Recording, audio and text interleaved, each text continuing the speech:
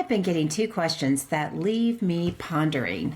One, ChatGPT, Gemini, Claude, which is the best? Two, the AI hype is over. Everyone just wants to build workflows and automations. Is this really true? How would you answer these questions? Welcome to Playbook AI Partners podcast, the show that turns AI from overwhelming into actionable. Your host, Sandy Kibling, is the Chief Playmaker, helping business owners and teams stop chasing shiny tools and start using AI in a way that actually moves the numbers, saving time, reducing busy work, and driving growth. Each episode features industry experts and real-world tactics, providing clear, do this next plays, simple AI workflows, and practical guardrails so you can use AI safely, execute with confidence, and get results. Let's run the play.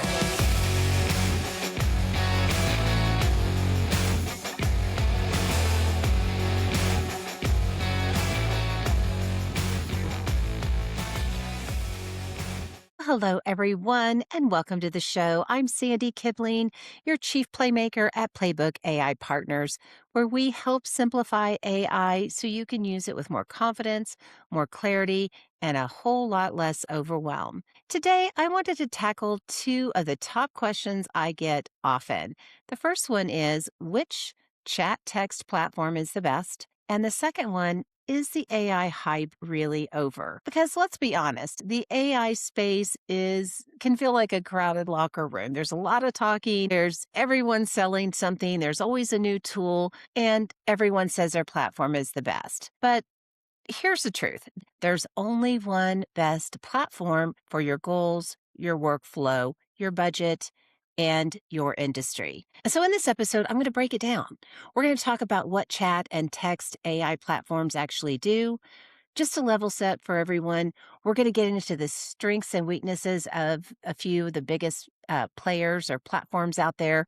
We're going to talk about the difference between free and paid plans. And we're going to talk about how businesses and industries like healthcare, finance, and marketing actually use these tools in practical ways. So let's get into it. So what are chat and text AI platforms? So when people hear the names like ChatGPT, Gemini, or Claude, they often think they're totally different categories of tools. I know I did when I first got into AI.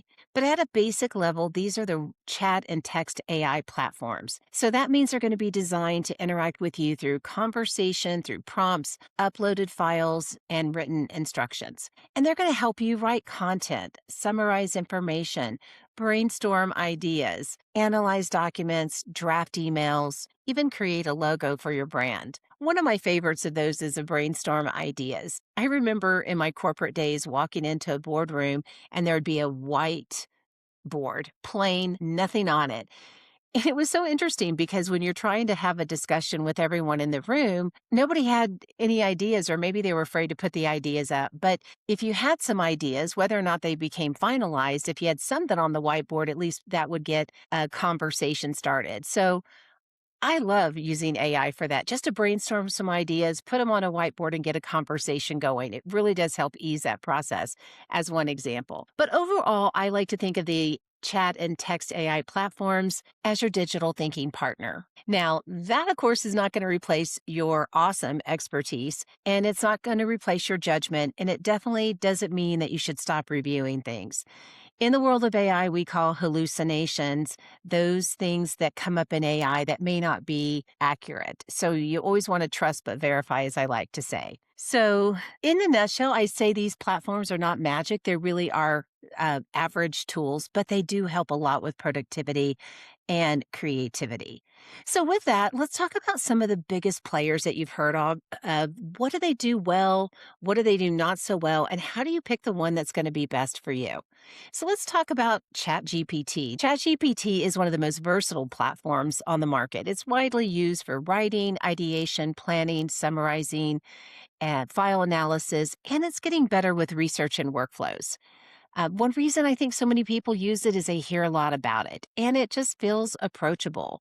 So it can be used by a solo business owner, a marketer, or operations lead, a consultant, or a team. Here are some of the strengths. ChatGPT can be flexible. It has some strong writing support. It's good for brainstorming and content creation.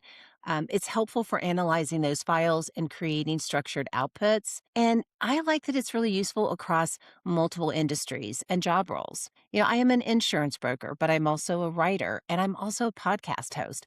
So when I'm doing marketing or research, I want to know that I have a tool that I can use. And I do find personally, everybody will have different thoughts on this, of course, but I do find ChatGPT to be very helpful when doing the research that I have done. So I would say all around, it's a great platform if you want to use one AI tool that can support a lot of different tasks. The weaknesses, and you'll hear this across as we discuss other platforms, the free version is going to have its limitations, and some of the strongest features are going to be in those paid tiers. So, in closing, I think of ChatGPT as a strong generalist. So, again, if you want one tool to do many things, I think ChatGPT does that well. Let's move on to Gemini. So, Gemini is really part of the Google ecosystem. So, Gemini really becomes attractive for people who are already using a lot of the Google products, like the Google Workspace, Gmail, Docs, Sheets, Drive, Meet, Slides, all of these things. And that's really where the value shows up. So if your business is already living in the Google world, Gemini can feel really pretty natural if you're kind of use that. So, some strengths of Gemini are it has that strong integration with Google tools. So, if you're using a Google tool, you're going to see that Gemini pop up, and you can, whether you're in an Excel spreadsheet or a doc of some sort, will come up and ask if it can help you. It's useful for drafting emails and documents, helpful for summarizing notes and meetings, and really good for collaboration. It's attractive really to those groups like education, admin, and research heavy work. For teams already working inside Docs and Gmail all day, Gemini can really reduce that friction because it shows up again where you're already working. Some of the weakness may be that its value is strongest when you're already in the Google ecosystem. And another weakness is people sometimes get confused between consumer subscriptions and the business versions and what's available. And the bottom line is not every user is going to need all the advanced capabilities that come with the higher priced options. So something to consider. Let's move on to Claude. So, Claude has really built a strong reputation on that thoughtful writing, document analysis, and handling really that long form material. So, a lot of users like Claude for work that feels more nuanced. Things like analyzing policies, reviewing longer documents, drafting more natural language, and synthesizing complex information. So, some strong strengths of Claude would be strong with long documents, good for thoughtful, structured writing, useful for policy heavy and document heavy workflows, valuable for teams that do a lot of reading, reviewing, and summarizing. So this can be really interesting choice for industries like healthcare, legal work, compliance, and internal policy operations. A few weaknesses might be that, again, that free plan can feel limited if you're experimenting with it, and some of the more advanced value shows up in paid or those team environments. And like every platform, it's only as safe as the workflow around it. So again, going back to that trust but verify approach. I describe Claude as a strong option for people who do that, again, that reading, that writing, that synthesis, and document based decision approach, maybe also in that educational type of environment or research heavy work. Finally, we're going to talk about Microsoft Copilot. Like Gemini in many ways, but Microsoft Copilot is really going to be a powerful choice for organizations that already run heavy on that Microsoft 365, meaning Outlook, Word, Excel, PowerPoint, and Teams. This is important because the value of Copilot often comes from being embedded into the business tools.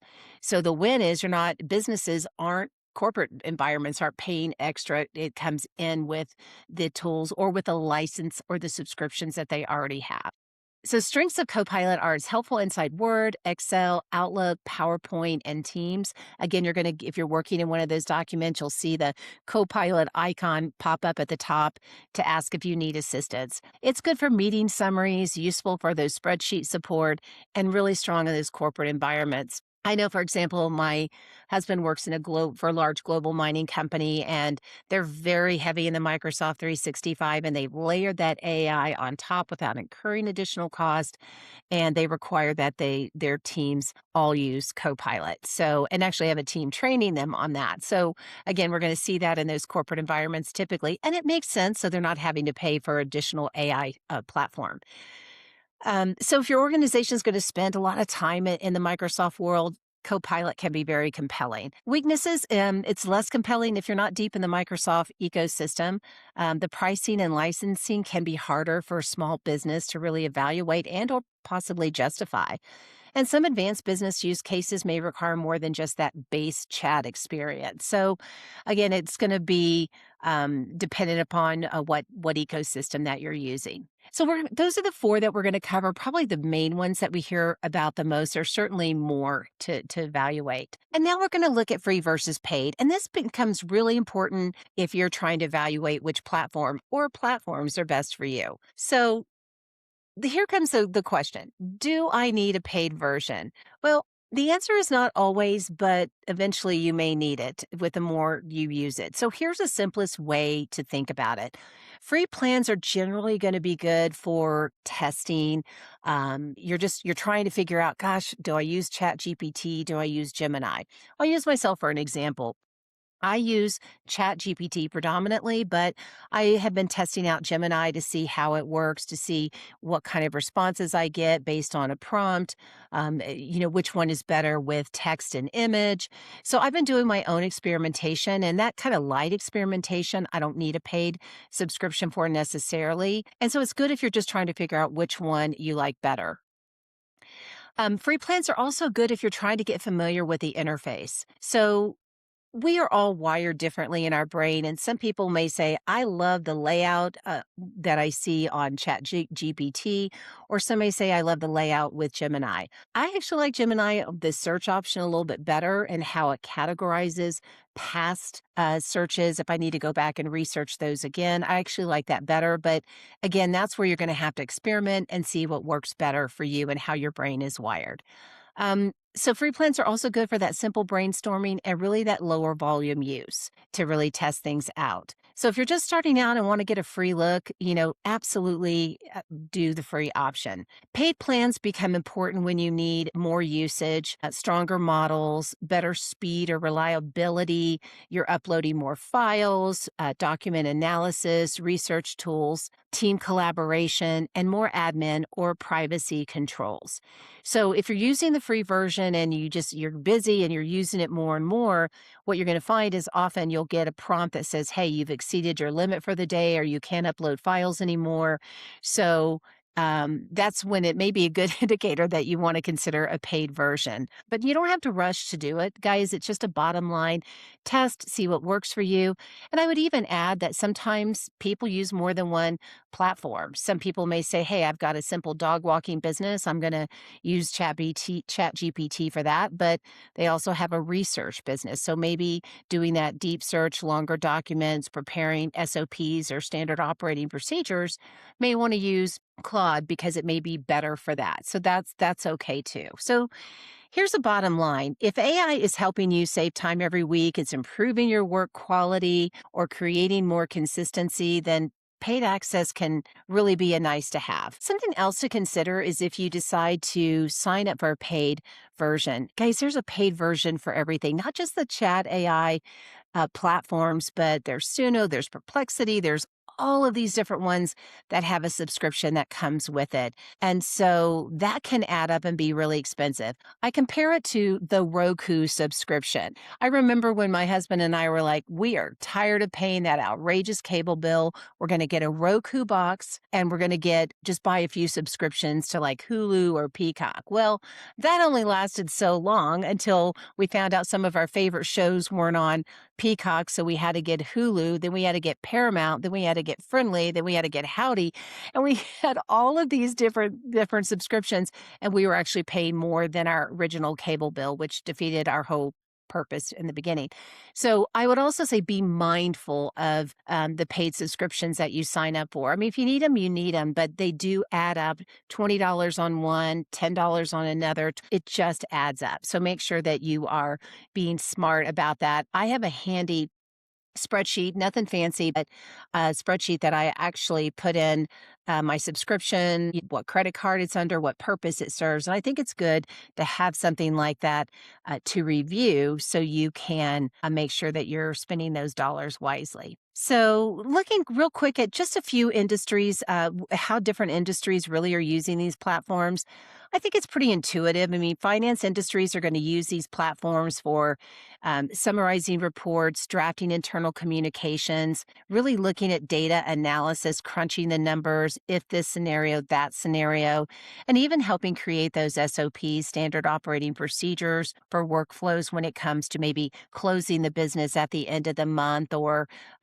preparing those executive overviews. In healthcare, I think AI and these chat platforms can be super helpful in supporting patient education drafts.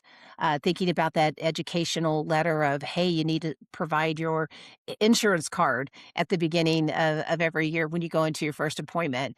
Maybe some internal workflow documentation for the billing team in the back office, policy summaries, administrative support for your front desk staff, and communications to support any non clinical workflows. We all go into a healthcare office, but there's a lot that goes on behind the scenes that where AI can help be efficient with that. So those are just a few things in a couple of industries. So again, how to choose the right platform. So we talked about the free versus the paid, but if you're really looking at those platforms, number one, experiment. We've talked about that. Number two, certainly look at use as much as you can within the free option. But next, I would say is look at your ecosystem. So if you evaluate your own ecosystem and say, you know what, I don't use Microsoft, I live in the Google world, then that eliminates Microsoft Copilot. So you can first look at that and go through the process of elimination based on what you're using every day and what you're comfortable with. I would also recommend to look at the use case. What are you doing? Are you wanting to use AI to mostly for writing or researching or analyzing documents or working with spreadsheets, creating marketing content, maybe creating a brand logo? Depending on what you want to use it for, it will help you decide, which platform may be better. And you can certainly uncover that in your experimentation process. And looking at your risk level, if you're working in healthcare or finance or legal or any policy heavy work, you're going to need stronger guardrails and more thoughtful workflows to make sure your data is safe. When I talk about that, I'm talking about data security, making sure your staff knows what data to not use. Like if you have a spreadsheet, making sure to clean to have a hygiene check over that data and not inputting a spreadsheet with client information in there, and then a governance process, making sure that those protocols are followed. And that's really important. And I think that's a big word these days is the governance piece. We don't really, I mean, the tools are coming up so quickly, they're changing. If I were to ask someone, hey, where do you find the privacy rules, within each platform? I know, and I have asked that question, and it can be tough to find those and even research that. So I think it's important to have number one, that data security, know what data you want to protect. Number two, have a governance process or policies in place where you have a human oversight and overview to make sure that that data is protected. So I hope that's helpful as it relates to the platforms. So my second question is the AI hype really over? Everyone just wants to build workflows and automations. Is this really true? I actually had a debate with someone about this recently because I think most people are aware that AI is here. We hear it on 60 Minutes. We hear it on a commercial. I think people get that it's here and it's not going away.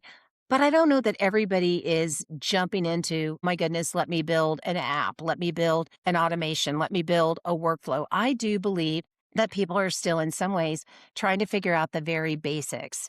And because people busy lives, people have, family time and just taking the time to really review that. I think a lot of people are jumping on that. And I think it's important to do so.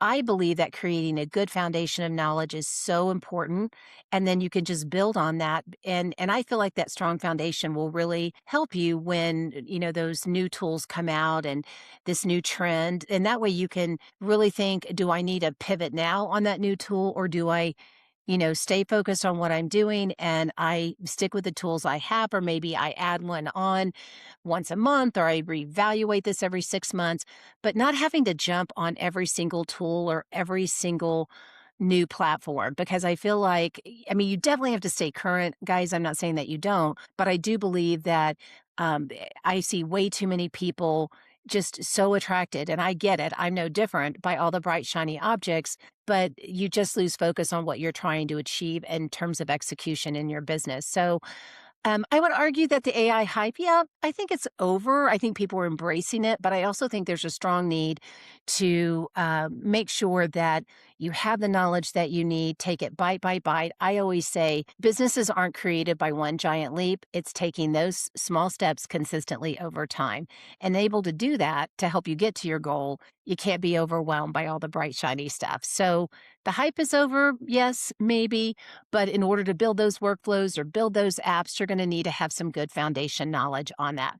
So, to that end, I hope that listening to this podcast gives you that. Now, let me share with you some great things that I have up and coming. Number one, I've been so busy working on a great lineup of guests. Experts in the industry are going to talk about AI trends, how they've left corporate jobs and started in the AI space, how fast AI is moving, and how you can stay current, to name just a few. I'm so excited about my guest. So make sure and stay tuned to that. Number two, so if you're in agreement, you've gotten over the hype and now you're ready to build that foundation, check out the Signature Playbook Series course. It covers all things, kind of that foundational course that covers platforms. It covers the navigator, how you can shave off 15 to 20 hours a week in your work week, prompting framework, AI with authenticity, and data and governance. So the course is on a special. It's actually available at 50% off. So I'll put a link in the show notes if you want to check it out. Also, check out my free course on platforms. I go a little bit deeper into what I've just discussed with some slides and some reference tools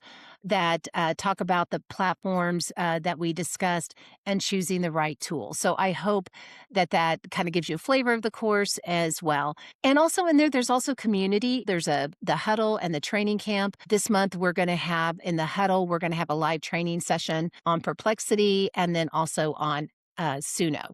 So you're not going to want to miss those. So I hope that you have found this information helpful. And remember, the smartest decision is not choosing the flashiest tool.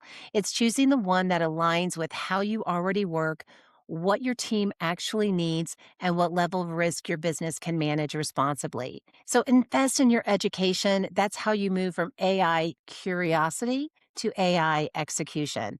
Thanks for joining me today. If this episode helped simplify the AI platform landscape for you, share it with a business owner, a team leader, or colleague who's trying to figure out where to start. And remember, AI works best when it supports your expertise, not replaces it. See you next time, and remember to take action and execute. Let's run the play.